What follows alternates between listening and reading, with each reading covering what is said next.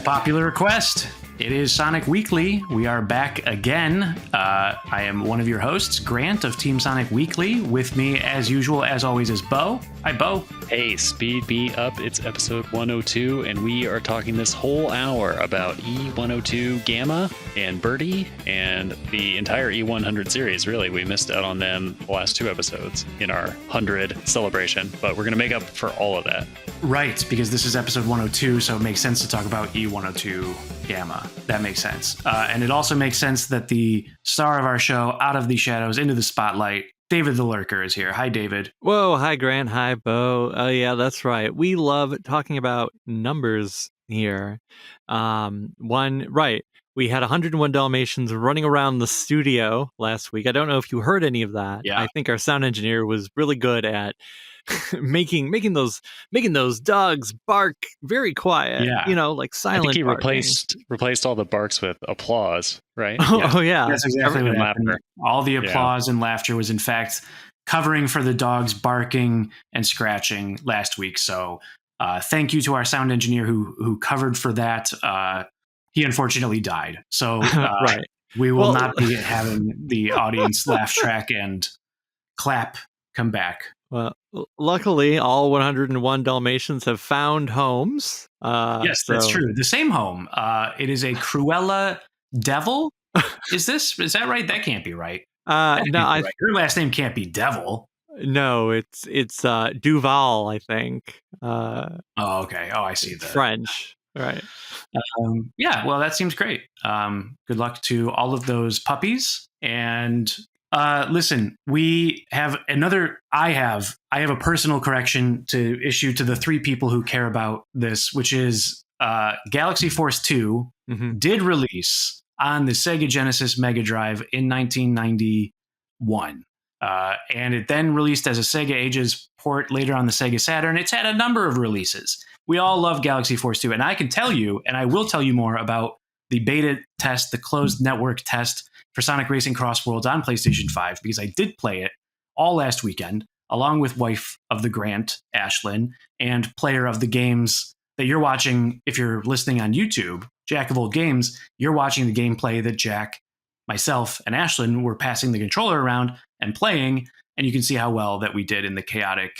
Boy, that's the buzzword too. Everybody said chaotic about this game. Every single person who reviewed it, every single YouTuber who was shocked about it, every blog, everybody said chaotic. And it seems like that was a very operative word, even though that was not in any of the official communications. I don't think any of the official copy for the website or the tweet said, enjoy this chaotic time with Sonic and Friends and Sonic Racing CrossWorlds. But with all of the items, chaotic was the soup of the day. But anyway, sorry to Galaxy Force 2 fans, and Sonic Racing CrossWorlds is something we'll get into. But first, probably other news, if there is other news. Yeah, I mean, there's a little bit of news. Of course, we always check sonicstadium.org, the silent friend of the show, as in they don't realize they're our friends. And, we like checking out the headlines. Not a whole lot is going on. I mean, the big news is, of course, what we'll talk about later. But there are a couple other things that filtered through. We got some new... Do you guys remember Sonic Rumble? Well... Didn't that come out already? It has been released in certain territory. Right. I thought it came out a few times. It came out a few times, right? There was that initial here's the its own play test, right? We're like, we're hanging out, and then they've been doing this pre-launch, so it was releasing in certain countries, not the United States, not the UK. Yeah, so if you're in Argentina and Chile and Ecuador, you're just rumbling it up. Right, you've been rumbling for ages. Right, we're in pre-season 2, I believe is what they've called it. That means they went through a whole season. Now they're in the second season. And the rest of the world, it's like, wait, when can I download this on Steam or my Android device? Put it right next to Podcast Addict. And Sega went, you're going to have to wait a little bit longer. Apparently, it's been pushed to spring 2025. It was meant to release winter. Winter's going to be done. So I guess late March, April, May, early June. That's all spring. So supposedly it'll come out in that 3-month period. Sega, I guess, has also said, hey, eventually all the cosmetic stuff that's been going on in the preseason, because other people have been winning cosmetics, skins, they won't be there once it comes out everywhere else. So eventually all that stuff will come. When? Who knows?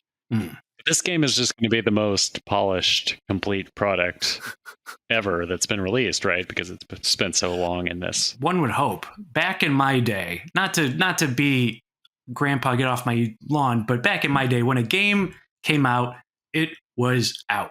And sometimes it was half a game, and you didn't know that. You paid $60 full price for Sonic the Hedgehog 3, not knowing that later that year, Sonic and Knuckles with its lock-on technology would come on, and that many years later, people would just be like, oh, Sonic 3, who gives a shit about Sonic 3? Sonic and Knuckles, who cares about Sonic and Knuckles? Sonic 3 and Knuckles, the combined game, is the only thing that matters.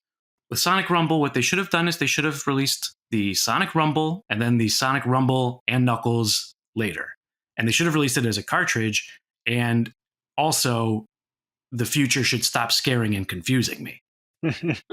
Many such cases. Yeah, many such cases. Right. So, hey, you know what? It might be worth it. Maybe we're all waiting for that Sonic Fall Guy.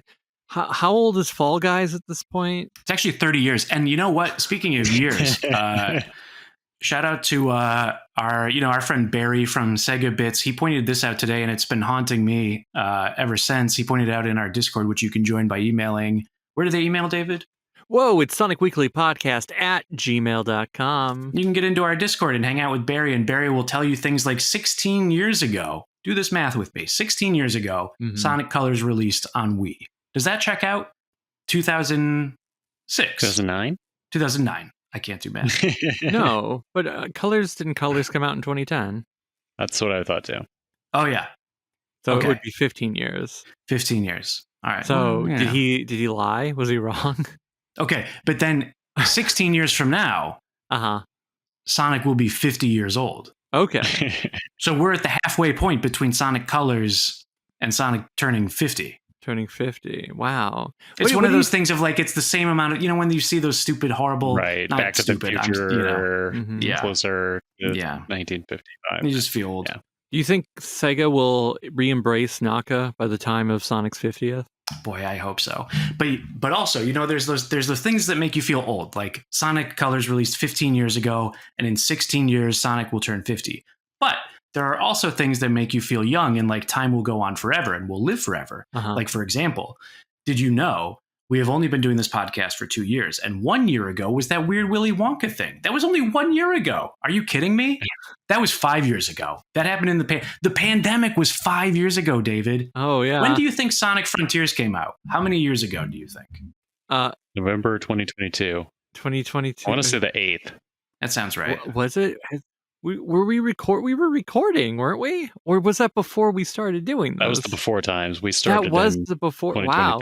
Yeah. See, in my mind, I'm like, we started doing this when Frontiers came out, but I guess no. Well, we kind of did. We started doing that stretch of episodes, and then there was that big update. Yeah, then there's the big update, and then we covered the update live here. The season of content from Kishimoto and Kishimoto Stocking. We covered that all in that first season of Sonic Weekly, which you can download and listen to free in the archives. Whoa. Not paywalled. Not yet. Maybe. If we get enough people. Right. Like, hey, if more people subscribe, we'll hide more behind a wall. It'll be great. If any of our takes start aging really badly, we'll start paywalling more and more. But so far, we're like, I'm not saying we've been 100% right. Listen, Galaxy Force 2 fans know I've been wrong from time to time. It happens. But I don't think we've been catastrophically way off base on anything yet. Yeah. But there's time. Oh, there's time. And speaking of time, that's been the subject that we keep returning to, because what are we going to spend our time talking about? Last week, we thought, okay, we're going to go through the racing series. I mean, maybe we just start with E102. Do we start with E102? Bo, should we start there? I said it as a running joke of we're going to do a number themed episode, but I do think we should spend a little bit of time talking about E102 Gamma, because when else would you do it? Great one and done character, sort of. Appears in a few other venues, Sonic Shuffle. for example, as an apparition. But its character they did right by, has the best arc in adventure, and there's some real stakes to the story. Overrides programming, liberates family, sacrifices self, lives happily ever after. What more could you want in a character arc? That's true. You got all the highs, the lows. It's a journey of self-discovery, and there's a nice explosion at the end. Yeah. Plus, there's a jail scene. Right. he is the jailer, and then he is also the liberator. Yeah, that's a pivotal moment. That is like for Gamma. And now I don't know. This is one of those things where Gamma. Yeah, Gamma. Yeah. Okay. Right. Gamma rays are what Bruce Banner experienced. Mm-hmm. I do remember back in the day when it was like, oh, they've announced the characters, and you just see the word, you just see E102, and then there's the gamma symbol. A lot of people were just like, R, E102R. I remember that. See, I think I rendered it as Y. Or Y. Oh, yeah, Y. Already. But no, the font kind of looks like an R. I can see it. It could be an R, it could be a Y. It's like, no, it's actually gamma. Remember gamma? And I'm like, oh, like gamma radiation, Incredible Hulk. Yeah. I understand now. Yeah. Man, I have this like sense memory of getting a real player to listen to the vocal themes and also listen to the gamma theme and trying to make out what the words are. I tried a lot, but I still never decoded anything out of that. But what a great little piano riff in that song. It is a good theme song. Who did that one? Is that a Fumi Kumatani? Oh, David, can you sing the piano tune off the top of your head? Can you recall the melody? Oh, it is a Fumi Kumatani. I nailed it.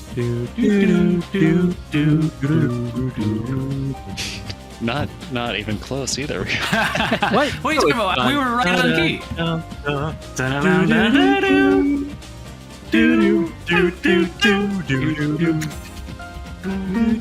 Smoovies, overlay the actual song.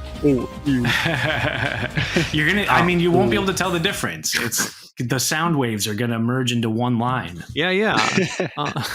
It is a story that with themes that can resonate and feel pretty powerful. I think, especially in the context of the Sonic series, where the stories are not usually involving a character dying, and that's what happens to E102. He and his brothers, their machine cells die so that their animal cells can be free, and we know that the bird is not exactly Gamma, so the Gamma persona is gone, and it does sort of confront you with the death angle of it. And some other Sonic games do involve death. Sonic Adventure 2 being one obvious notable example with Maria and Gerald. But of course, there are other Sonic 06, Sonic dies. But yeah, Sonic Adventure, I mean, but it was interesting too, thinking about before the game came out, because you had Big and Gamma as the two real wildcard characters. But then Amy was also kind of a wildcard as well, because she had never been playable before. Not to mention she had maybe one of the more drastic redesigns. So it was like Sonic, Tails, Knuckles you sort of expected. And then three characters that were like, what is this adventure going to be? Yeah, no, I get, yeah. E102, I can feel that. I agree with that. E102 was definitely like, I think the most wild of the wild cards. We never played as anyone, I guess, on the evil side in Sonic. It seemed, pretty black and white. Eggman, robots, you hit them. That's it. You play some of the bad guys in the racing games, but in a mainline game, you're actually controlling one of Eggman's robots. Right. I mean, you also play as Amy in Sonic R in all the racing games. Yeah. But yeah, like that does feel it's a disconnected experience. Right, like, because if you go through Sonic Adventure, man, what was it like? Sonic, he is the main hero character. That's who you like. You either want to be him or be friends with him, or if you're Amy, you force him to marry you. If I may. Yes. One of the things that is very, very fun with the Gamma story is that you get this inside peek into the private Eggman life.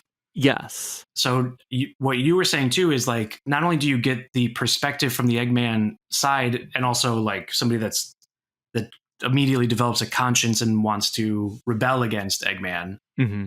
But yeah, you get the machine, that unique perspective of a sentient, self-aware Badnik, Yeah. or Eggman's robots, as they would soon be renamed. I think they've kind of re-embraced the Badnik name, though, in recent times. Yeah. Yeah, I mean, it grapples with existence, it grapples with consciousness, it grapples with the idea of a soul. There's a lot to E102, because like when he's born, the first thing he sees is Eggman's face. Then he looks over, he sees Metal Sonic, he sees Mecha Sonic. Like it's putting himself sort of in perspective. Like, yeah, that's his creator, but then his creator's greatest creations are just in stasis around him, like in those tubes. It's another great storytelling in Sonic Adventure, Chekhov's gun. If you show these awesome mechs, you should never use them. Right. Never. Not. I hoped. Because I remember back in the day when someone from the Green Hill Zone, it might have been Popcorn, he emailed Ryan Drummond, and Ryan Drummond teased something, and it sounded like maybe there's some DLC coming out for Adventure. The answer, of course, was no. It's not what happened. Sorry. But yeah, it was such a tease. But I guess it was just meant to be an Easter egg, not Yeah. like, I guess we didn't understand. I guess to them it was a fine Easter egg, but Sonic CD was still like a legendary. How many people have actually played this thing? But either way, it's that the first stage, and then that first fight with E101 Beta. It shows you just how much Eggman doesn't really think. I don't know how much Eggman even realizes he's created life, like created AI that actually can think and grow and change on its own. He's a creator that doesn't understand his own creation and just casts it aside. So that's what happens to Beta. Oh, right. Because probably one of the best scenes is when E102 accidentally stumbles across the what's going on with E101 Beta. Yeah, like sees how the machine is getting made or remade in real time. Because I guess at E102, he's happy that he was able to defeat his older brother, but he doesn't understand the implication of what that really means. He has been gaining the respect of Eggman, and then when he goes and actually finds Froggy, and his fellow brethren have found other frogs, and they're all dummies, according to Eggman. Like, you do have that moment, even though E102 doesn't have like a proper face, he doesn't express emotion visually. It's that pained stare when the other four are teleported away, especially the very last one. Like, you can see Gamma is being betrayed by his creator, and then that's just further emphasized by, like, basically he stumbles into body horror, right? Like, oh, this could have been, if you had lost, you would have been like being pulled apart and put back together. And that's what happens to all of the other ones. They all get upgraded, I guess is the word Eggman would say, but they've all been changed. Like, Zeta he's unrecognizable. Before, he's just like, I can run around, I've got legs, and now he's just stuck in a place in hot shelter forever. And I know maybe we're not supposed to emphasize so much with the other E100 series robots, and especially because as Gamma, you destroy them, you free the animal that's inside of them, which does lead to the emotional climax. But it is something like... Doesn't he call them his brothers? He does, yeah. He does call them his brother, even though he's like, oh, I need to do this thing. He calls them brothers. In English, he calls them friends, even though at the end he has to destroy them anyway. So I guess it's incredibly morally gray from start to finish. What Gamma... Well, and it's he's not special, right? The story could have followed any one of them had they been the ones to find the frog or to win the initial. Right. I think we follow Gamma because we don't know why it goes wrong for him. Like, why we have the ability to be his soul that the other robots seemingly do not have. What I mean is, there's not like a moment where like, oh, he gets electrocuted and that like rewires his brain a little bit so that now he's able to have sentience and self-awareness. Mm-hmm. Instead, we're just sort of as he's born, we're right there with him, experiencing the life of Gamma, not the life of the bird, of the Flicky bird, Right. but the life of the robot who has to eliminate his robot brothers and then ultimately his robot self because he is an abomination. All the other ones are just as sentient and are going through a really bad time. Oh. And we could be following their story. Right. Oh my God. Okay. Well, right, because Gamma does have there's those brief flashes where he like is recognizing that there's a bird family, so he is aware that there is a bird inside of him. I know I generally call them flickies, but I guess the game never actually calls them flickies, but they're flickies, right? Like they're flickies. Yeah. They look pretty flicky to me. Right. Well, maybe the flicky is just a little bit more special because when you destroy those other robots, what do you get? You just get one of those a chow bird. Yeah. A chow bird, right? And you can accidentally collect it, and it's like, oh, what happened to that thing you just freed? Oh, you're gonna feed it to a chow now. Okay. You really can't. Like, it does count, right? It's just a normal one. It's just a normal one. If it runs into you, you get it. You go into the chow garden, it's there. So I guess they have some sort of consciousness, but it's a little weird. So maybe there is something special about the flickies, and then maybe that makes the tragedy of Beta so much stronger because it's also, because they're all a family. The birdie Amy has 101, 102. It is interesting. Even though Zero, the prototype, no bird, no animal at all, doesn't matter. That would have been a nice ending, I thought. It's like if Zero had the third bird, and then the thing that's been chasing around Amy. Oh, now it makes sense why the chase. Right. No, but that robot, I guess we're not meant to care about it. It clearly has a personality, and in some ways has more personality than like E103 because we see excitement. It jumps around. It has a purpose, but it doesn't question its purpose. E102 does. I like in the late Amy level or the third Amy level where you're putting the blocks on the colored puzzle spaces, and sometimes Zero will fall off and you can just see him jumping in the background, like so angry that he can't get at you. That's a nice little bit of design. Yeah, it's got a lot of pizzazz in him. Is Zero part of a different series, or is Zero he's not E0? No, he's E100 is what Zero is. Oh, he is? Yeah. Oh, he is. Okay. Fuck me. Yeah. They just never call him that. They just call him Zero, but like if E102 is Gamma and E101 is Beta, well then who's the Alpha? Who is the Alpha robot? It's E100. Yeah. Does he have an E100 on his robot body too? Did I miss? I don't recall it being there. No. Okay. All right. I feel a little less dumb then. Right. I think Eggman maybe came up with those numbers afterwards. He was like, I made one. Okay, I'll make a second. Okay, I'll call this one number 1, but it's really number 2, and I'm going to confuse everyone forever. And everyone laughed at Eggman. I did wash Sonic Prime. Now I was like, folding laundry during much of it, not giving it my 100% attention. It's all right. Birdie from inside of Gamma appears in Sonic Prime in the Green Hill sections, which is a nice little callback to 1999, 1998. Yeah. And is it the same one because it's got the necklace or the hair, or what makes that? I forget what. It's the pink. Pink. Yeah. Right. Okay. Pink bird with the hair. Yeah. Pink bird with the hair.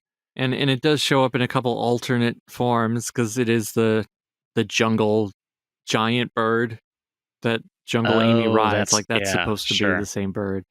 I'm trying to remember, does that bird show up in the other places? Is that bird in New York? Like Prime is just... I should watch it with giving it more attention, maybe. You could, but at the same time, you don't have to. I would like somebody to edit season 3 to be, or edit that whole show and make it actually just 8 episodes instead of 24. See if that makes it better. That's a little project out there for anyone. Just throwing out ideas. Yeah. The razor cut of Sonic Prime. I might watch it then. I might be able to get through it. So, I mean, I guess the replacement of Gamma is Omega in Sonic Heroes. Would you be interested in, because it's not impossible, I guess, that you could say, oh, Gamma's consciousness was uploaded to the cloud. You downloaded him into a new form. They did it for Archie Robotnik. Right. You could bring him back, but why would you? It's such a complete story in Sonic Adventure. Yeah. And then if you want a robot, you've got Omega, who's got arguably more or less personality. You could argue it either way. He's got a clearer ongoing hook. Mhm. It's the same hook as Gamma, god damn it. But he he wants to destroy all Eggman's robots, not just his brothers. He wants to destroy them all. Right. Because just obliterate everything. He's the best. They're worthless consumer models. So anyway, I just wanted to bring up the two as a point of contrasting them. Yeah, I said they did right by Gamma by making him a one and done character rather than immediately subverting his death like Shadow, like Sonic, like everyone. every other character that dies. Yeah. But they kind of do that with Gamma by bringing in Omega. But I at least appreciate the effort. Like, oh, no, this is a different character who looks pretty similar. Yeah. Right. Yeah. And I think it works that it is a different character.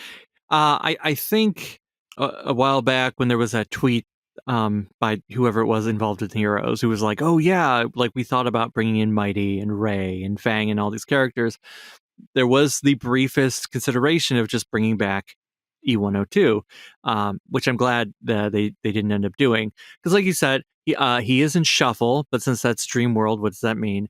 And the E1000 series is what we see in Sonic Adventure 2, where he has 2 arm cannons instead of 1, but has the same visual look.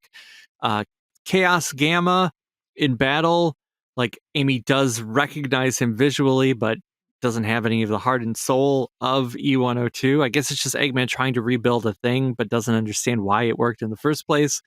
E123, in the Archie comic, they did link those two characters a lot deeper, because when they adapted Sonic Adventure 2, or when they adapted Sonic Adventure, E102 Gamma doesn't have his death scene. He's there for most of it. He frees Amy and then vanishes from the book. And you're like, oh, okay, what happened there? And then eventually E123 Omega is introduced into the Archie canon, which I think he was introduced with Ian. I feel like he wasn't touched before then. Did Archie get to the events of 06? No. Technically it happened, but we have no idea exactly what that means. So when Sonic Universe was launched, the first arc, the Shadow Saga, does fill in the gaps of the SA2 adaptation, which never happened properly. But then it also, you catch up with E102 and Omega, who is, I think, just there, like, kind of still on Eggman's side. The two collide, and so the E102 is on his last legs, and his essence, his free will, is sort of transferred over to E123 Omega, like the two entities merge into one. And so E102 lives on in E123 Omega, which is an interesting way to go about it. But I think I still prefer the way the game does it, because you just have the one full arc instead of just having like, oh, well, he survived and then he's just straggling along. And then he combines into the other character that has more gunpower, you know? Yeah. Yes, but E123 is fine. I just don't like him as much as E102, because E102, there was an emotional core to him. And even though Omega explains his reasoning for why he's still, like, you know, in Shadow Generations, why he does what he does, I still don't buy it. Yeah. I think it's just kind of missed the point. He's mad for no reason. I kind of like how Eggman has a favorite robot in most of the games. Like in Sonic CD, it's Metal Sonic, and Sonic 2, it's Mecha Sonic. Yeah. Sonic 3 and Knuckles, it's new Mecha Sonic. But then you get Gamma, you get Orbot and Cubot later. Yeah. Oh, I'm forgetting about Egg Robo, of course. Right. Yeah, and Egg Pawn. So many Egg Pawns. Now, Egg Robo is an interesting one, because, you know, like Knuckles' story, he's not fighting Eggman, he's fighting Egg Robo after the fact, who's just reenacting what his creator did with Sonic earlier. Except in Flying Battery Zone, which, depending on which version you're playing, Robotnik Eggman comes back for just this one time, because he's still flying the ship. Or if you're playing, I think in Origins they fix it, and it's just Egg Robo. Yeah. Yeah. They should have kept it the same. Cowards. Yeah. But yeah, it is funny that like Eggman does have his favorites, but in E102's case, it's not real. Like it's sort of his favorite, but he's kind of like he does sort of begrudgingly at first accept it because he thinks E101 is going to be the breakout star, but doesn't. He's spinning a lot of plates in Adventure, though. He's got all the E100 series. He's got 2 egg carriers to manage. Right. And Chaos is his main pet. Right. He's got to deal with Chaos. It is funny that he doesn't seem more attached to the egg robos because those are the robots built in his own image. So you'd think, oh, keep one of those around and that could be his son. But instead, Metal Sonic has sort of become his son. And that's sort of like, is that because it's Sonic and Eggman secretly wants to be Sonic's dad? I don't, there's some weird thoughts there, but. I was going to say, and then we should move on, probably, but I did want to say on Egg Robo, he's so cool. That's such a cool design, Egg Robo. Mm-hmm. And you think, they don't get enough due. But then they kind of do because, they're the main villain for Knuckles' arc in Sonic 3 and Knuckles. Mm-hmm. But they're so cool that I feel like, just kind of what Bo was saying, like, I just feel like you could do a lot more with Egg Robo. Mm-hmm. Mania kind of does, right? The heavies. Yeah, the hard-built heavies. Robos, basically. And there are two of them are ladies. So they do have different genders, right. The hard-boiled heavies. Yeah. To cap it off, though, we said Eggman doesn't realize the consciousness and the gravity of what he creates. But I think he finally does in Frontiers with Sage. Yeah. Yeah. He gets it. He gets it. He finally gets it. And he's like, I'm ready. I'm finally ready to be a dad. Yeah. And Orbot and Cubot are like, aren't we your kids? And he's like, no, no, you're not. I'm sorry. Not you guys. Sage thinks of them as her brothers, but I don't think Eggman thinks of Orbot and Cubot as his kids. I did also look up, I guess I could read this very briefly, talking about the Gamma theme, because Sonic Adventure, there was commentary for every single track on the old Sonic Team webpage. So we have the little conversation between Kumatani, Tokoi, and Sonoe. Just going to read that real fast if you want. Yeah, sure. Yeah, so Kumatani goes, E102 Gamma is a very good robot, isn't it? I want to think that I have been able to express his such form of existence. Tokoi responds, it's lonely in some way, but there's help. And Sonoe finishes it off, when I listen to this music, I feel that it's a fellow with heart, although being a robot.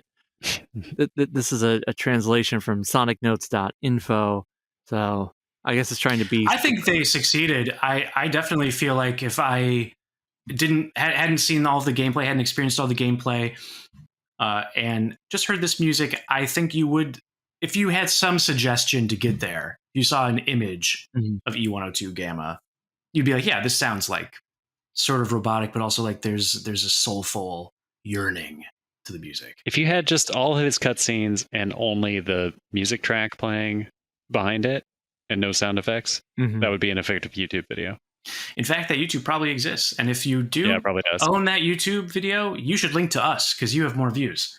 Let's do our check-in with Sega, Bo, with Rings of Saturn. But I'll tell you that I've been enjoying the height of luxury, which is playing 3 Sega consoles sort of back-to-back and focusing on the Sega Sports lineup.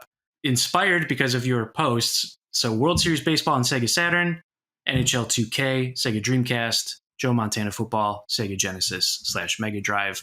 Having a great time. I feel like Home Alone 2. I feel like I've got a big cheese pizza in the back of a limo.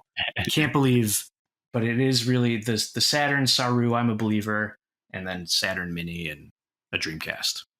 But anyway, what's up with Rings of Saturn? Well, I've turned my attention to some racing games on the Saturn and then the Dreamcast. So, the developer Genki, Genki, they sort of popped up in a few weird places, like they did the port for Virtua Fighter 3 TB to Dreamcast. But on the Saturn, they did a game that came out in the West as Highway 2000. Whoa. And in Japan, it's called Wangan Dead Heat. And if you played it in the US, you just think, okay, this is a driving game. I've got some race cars. I try to get the best time and whatever. But if you play it in Japan, there's this extra element to it, which is each race you do, you choose a lady to come with you. And your performance in the race is going to either impress or not impress the lady. And it's sort of half racing game, or let's say 3/4 racing game, 1/4 dating sim, Wow. because you've got to court these different women through your racing prowess, and then your reward is like these videos of their reactions to how good you are.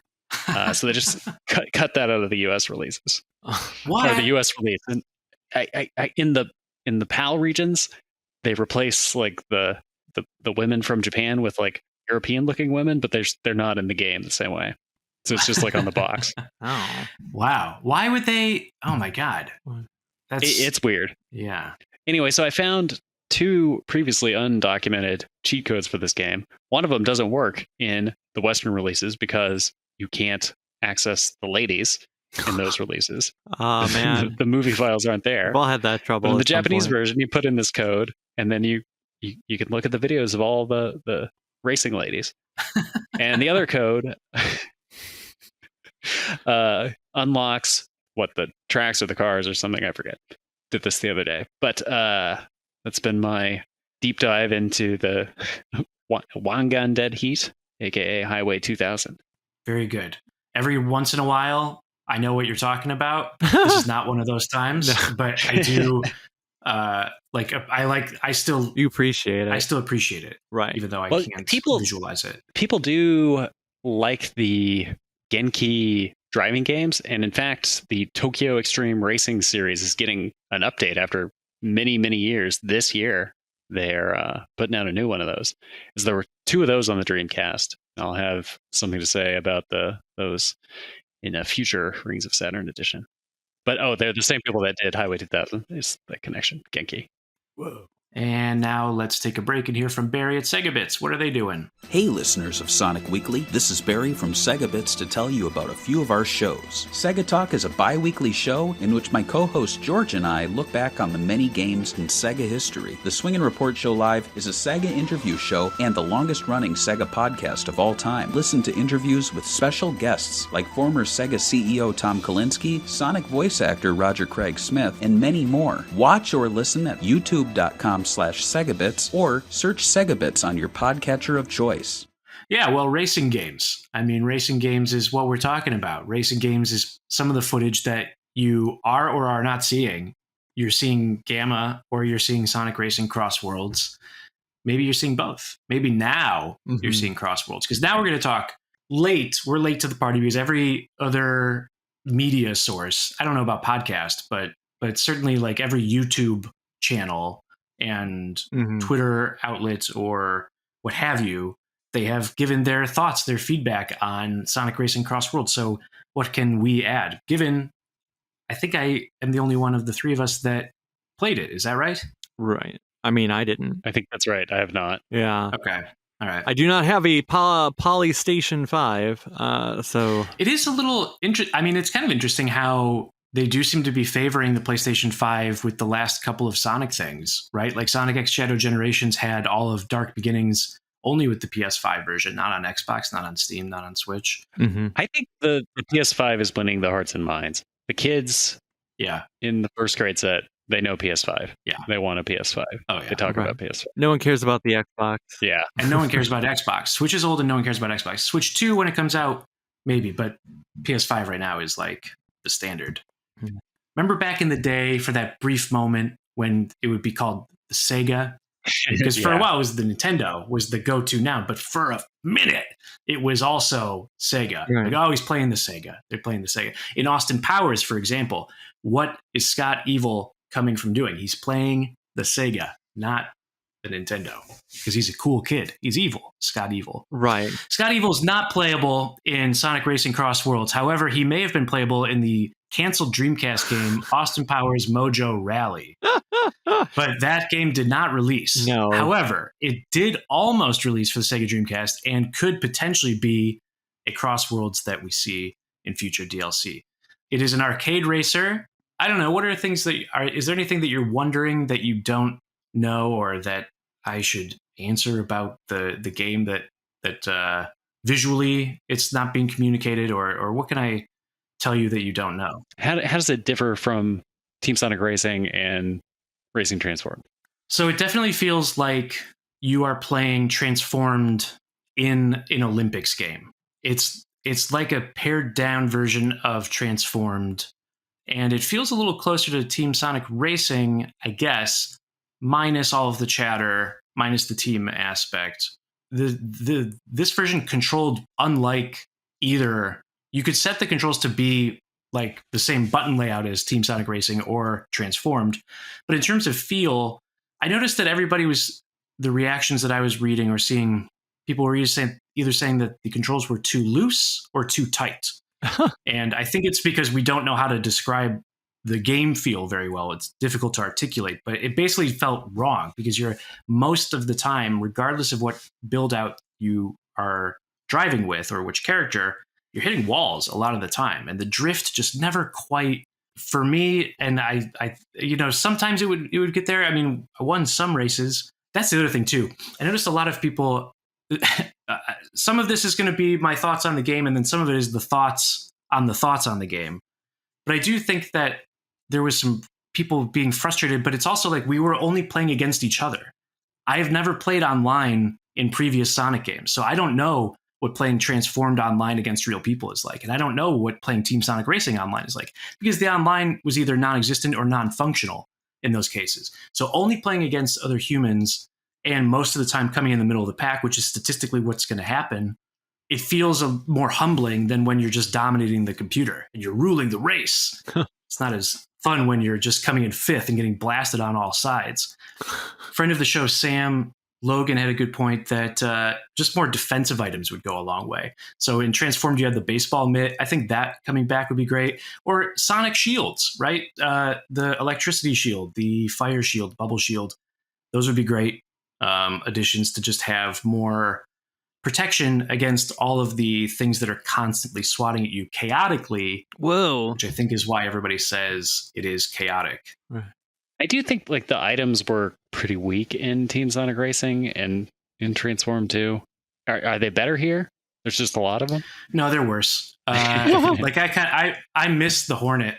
Omochao is there, which is cool, but Omochao creates a path of rings. Pick them up to accelerate. That's what the manual says Omochao does. I think it would be more fun if Omochao was like kind of like the squid in Mario Kart 8, where he just sort of like blankets the screen with tips and you can't see.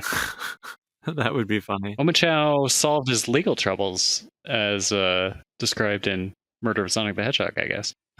Oh, right. Unless Murder of Sonic the Hedgehog takes place after, and this game shows could be. how his legal troubles occur.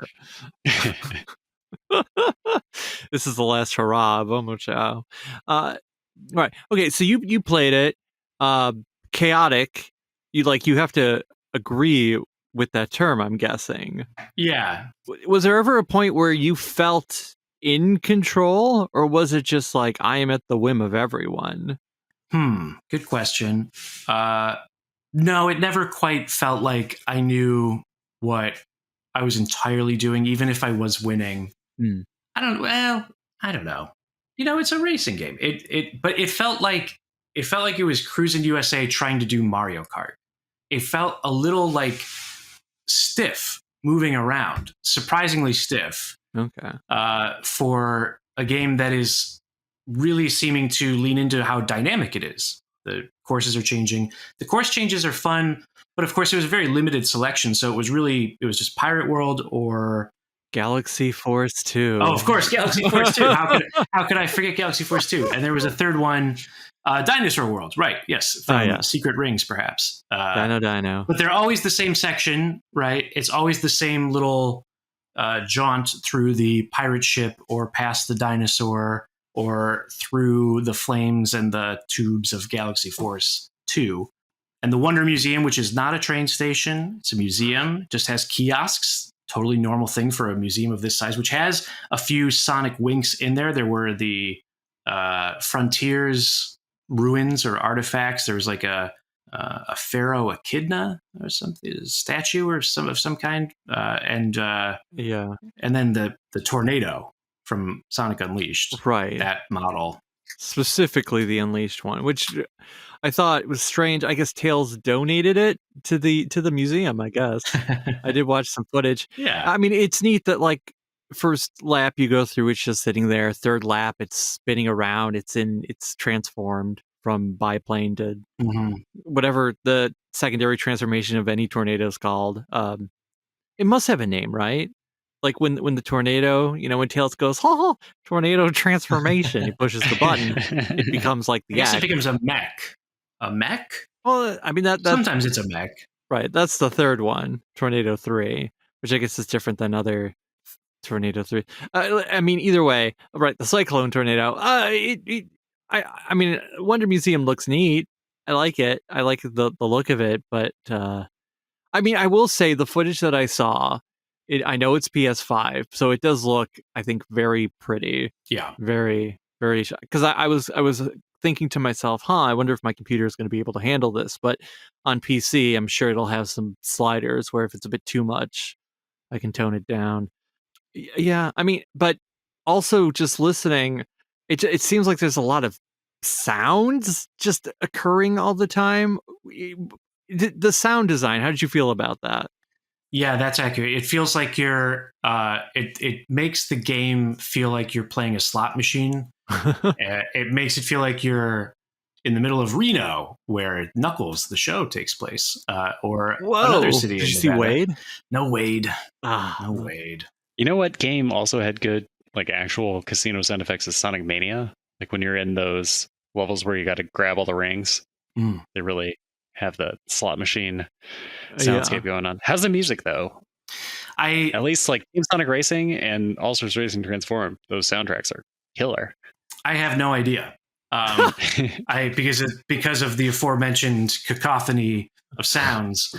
I forget which YouTuber it was that was really praising the music, and I just was like, how would you know? Like but maybe I didn't play with headphones, so and maybe you could mute the sound effects.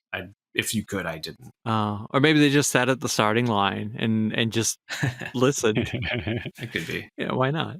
Man, did you ever do that as a kid? Like you're driving somewhere, you get your Game Gear, you put the headphones in, you don't play, you just listen to Green Hills from Sonic 2. Oh, I was gonna say what's a Game Gear game that has good music, but Sonic 2 is the answer. Yeah, Sonic 2. Yeah, it's Sonic 2. Sonic Drift 2, I think, has some good tunes. I was playing that on Sonic Origins, thinking we would talk about it at some point, and I was like, yeah, this is pretty good. And then talking in the Discord about one of the Savannah, not Savannah Citadel, Rainy Savannah. That's it. That was a pretty good tune. Yeah, but yeah, Sonic 2, 8-bit, great tunes. So don't know how the tunes are in Sonic Racing CrossWorld, but one of the things that is clearly better than Team Sonic Racing is the car customization, which everybody seemed to have fun with. The stickers and changing the back end of the car and the front end of the car and the tires. You could get different stats a little bit. It was hard to tell how much the stats mattered. Like it did, like it was like, I think the handling is better when I max out the handling, but it's always, it's hard to tell. It's like how much of it is the machine, how much of it is me, how much of it is me getting knocked around by the boxing gloves and the things that are cutting my car in half. Well, it sounds like it needs a slingshot mechanism to make it so you can come back from behind and win.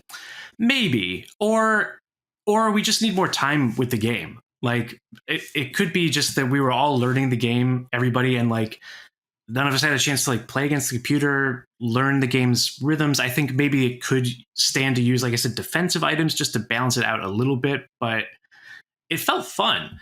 Ashlyn, who has a very low tolerance for Team Sonic Racing, was having a blast playing this game. Not always winning, but still having a great time regardless of what place you're coming in. And I think Mario Kart is like that as well, where you have a good time regardless of how you finish. Mm-hmm. And that wasn't necessarily always true in Team Sonic Racing, where losing just felt worse, maybe because it's like you were letting your team down. But here it's just like, all right, we got through the race. And it's always so random-ish, towards the finish line in that last lap when things are more dynamic. Boy, I'm really trying to not say chaotic, and more hectic and more hyperactive. Ooh. And there's always lot of people at the finish line. It's a photo finish, competing for. So it doesn't matter. Like if you come in 8th, you're like, yeah, but I was in 1st for a good leg of that 3rd lap. So even though I feel slightly cheated, I also feel like I slightly won.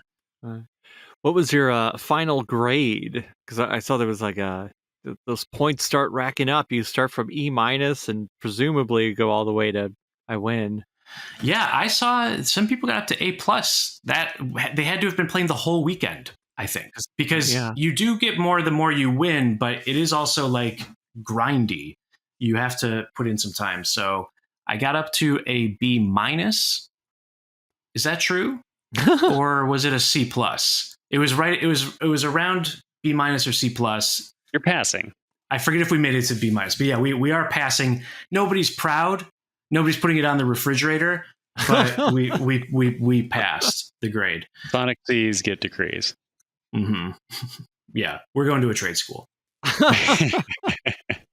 TV VCR repair. And then as for my final grade on it, I would say that I was a little surprised to see Sonic Stadium. In fact, they did a roundup, and they were all kind of negative on it. Wow.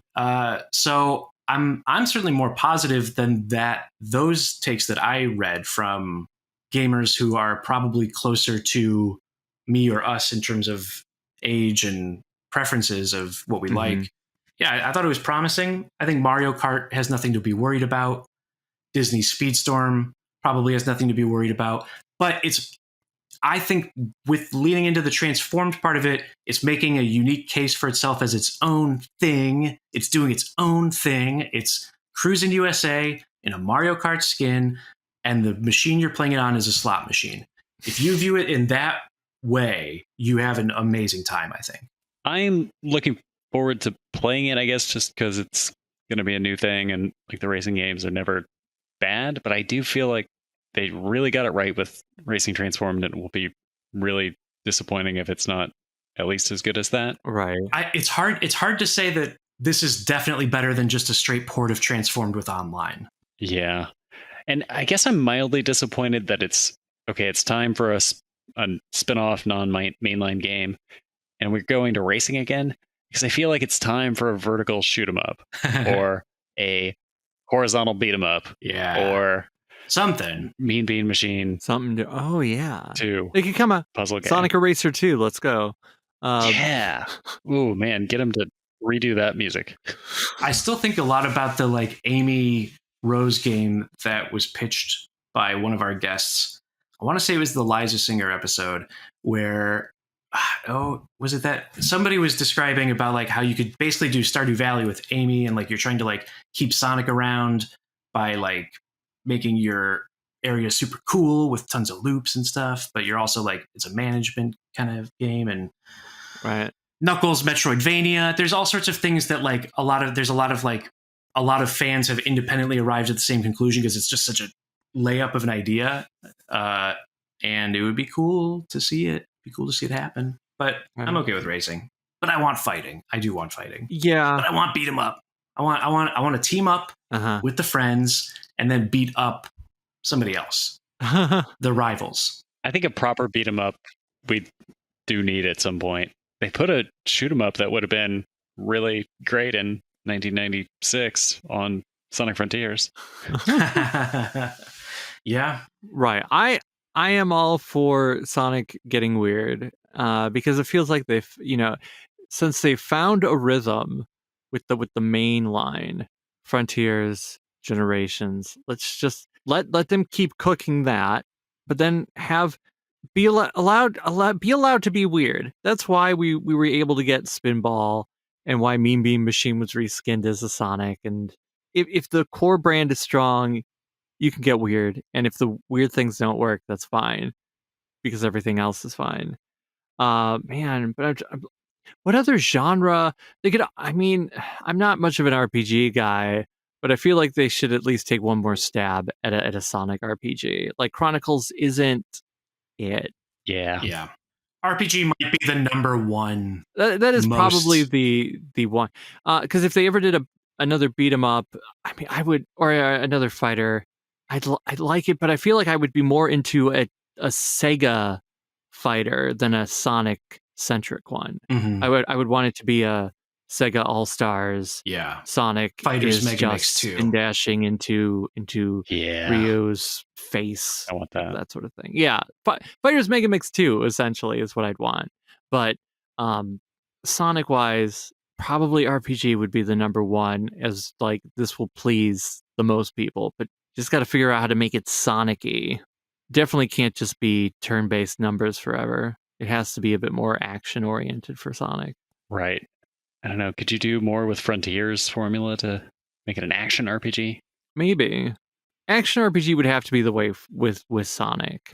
Yeah. I think the reason I've never been engaged with like the classic JRPG is because it's slow, plotty, grindy.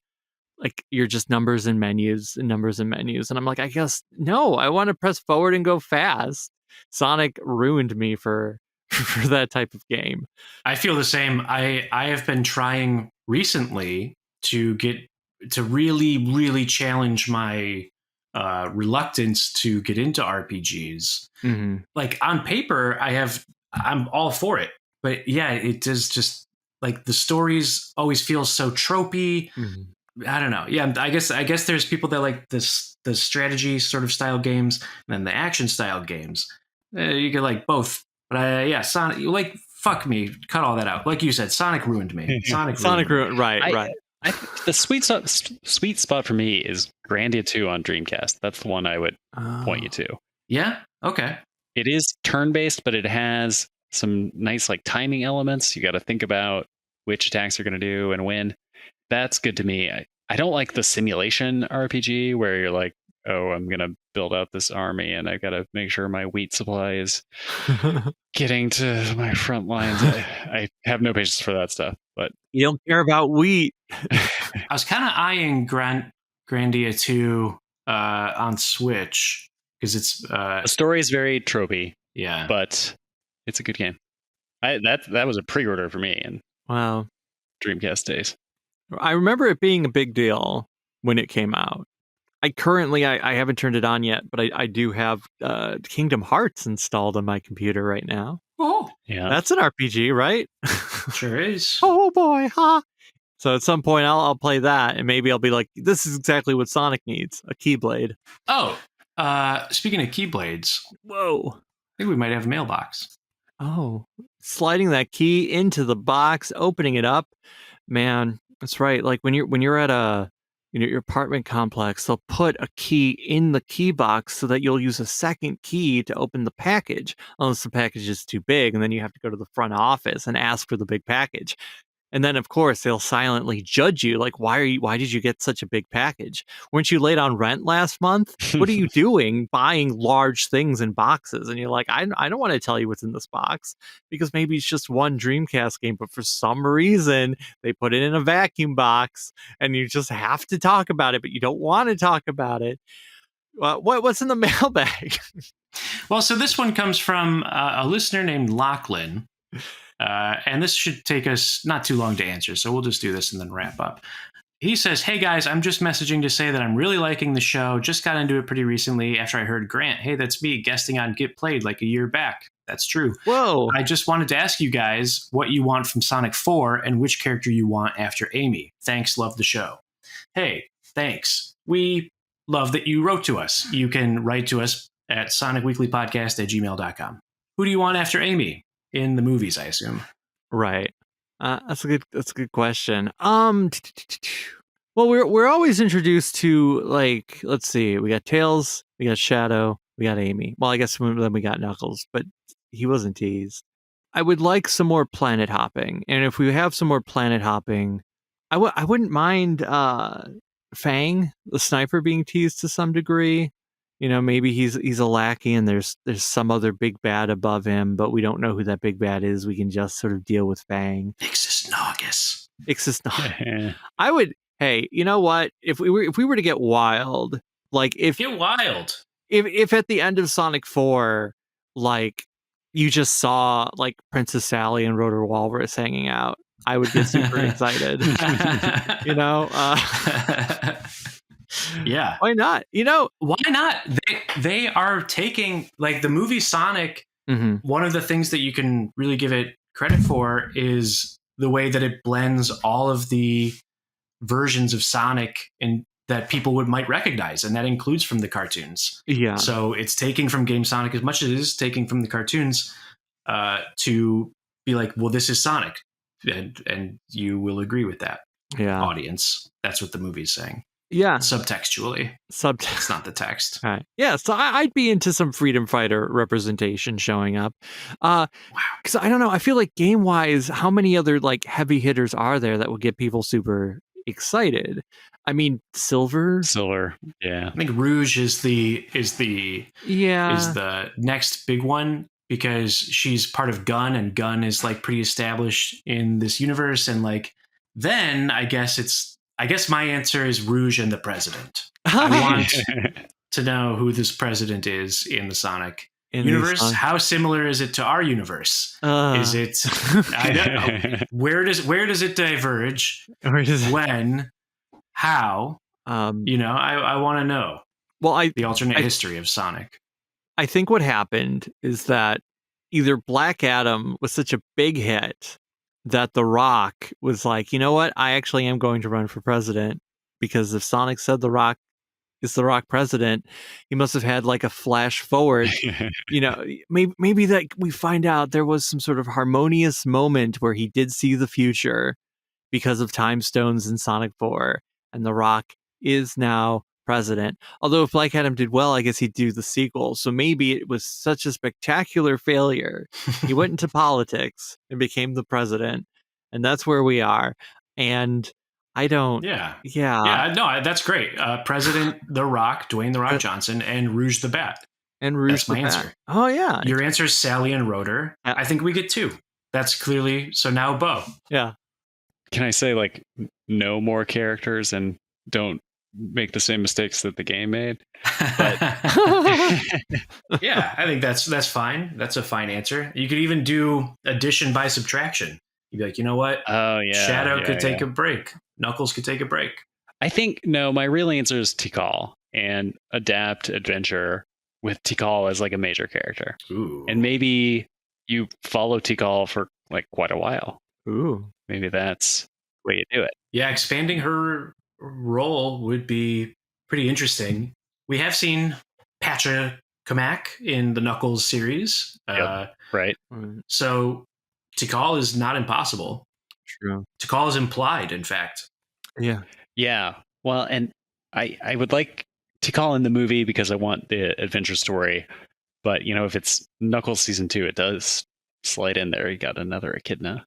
I guess so. I mean, it depends if they have Tikal alive or if she's spirit ghost. I would want her to be a spirit ghost. You want? Okay. Again. Yeah. Do you guys think, because they did Sonic 3 and Knuckles, 30 years after Sonic 3 and Knuckles, they did it. Do you think they're going to take movie 4 and split it in 2? Part 1 and part 2. Movies do this, particularly when they are like, the final chapter of something, which maybe they're thinking 4 and 5 is about as far as we're going to go. So why not go out with 4 episode 1, 4 episode 2? Bad precedent. You're summoning some bad karma there. Right. Or can they rewrite history and fix the childhood trauma and end the line of pain? That would be great. Mm-hmm. No, I want time stones as Sonic 4 and adventure as Sonic 5. Okay. Episode 1 and episode 2. Yeah.